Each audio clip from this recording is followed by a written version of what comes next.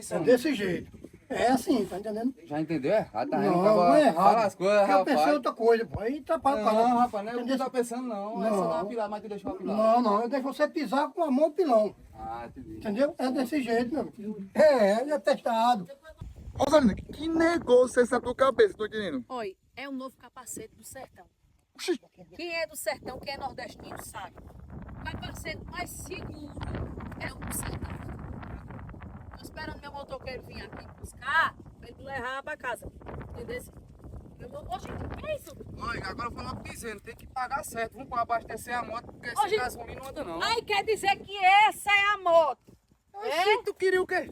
Oxente, Mas eu pensei que comporta- eu vi isso uma aqui- moto de motor, vrum, vrum, vrum. Isso aqui é melhor do que vrum vrum, que é on, é on. E é? Vai-se embora. Não, mas esse negócio rapaz. tá certo pra mim não. Não tô com seu capacete, então não vou não. Não tô com a Que gota não. negócio da moleque, eu fui pegar minha burrinha ali, só porque a burrinha fosse uma moto boa, né? Não tem nada não, Rosalina, um dia tu me paga.